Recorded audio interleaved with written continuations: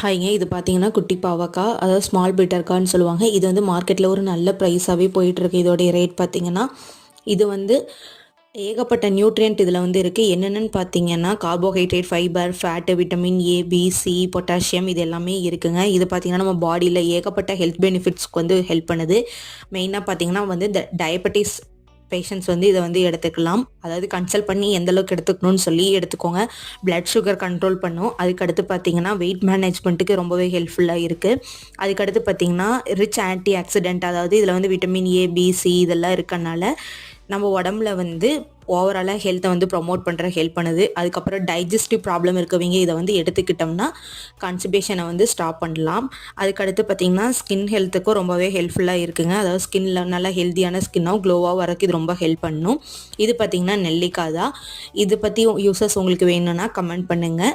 Next video post பண்ணுறேன்.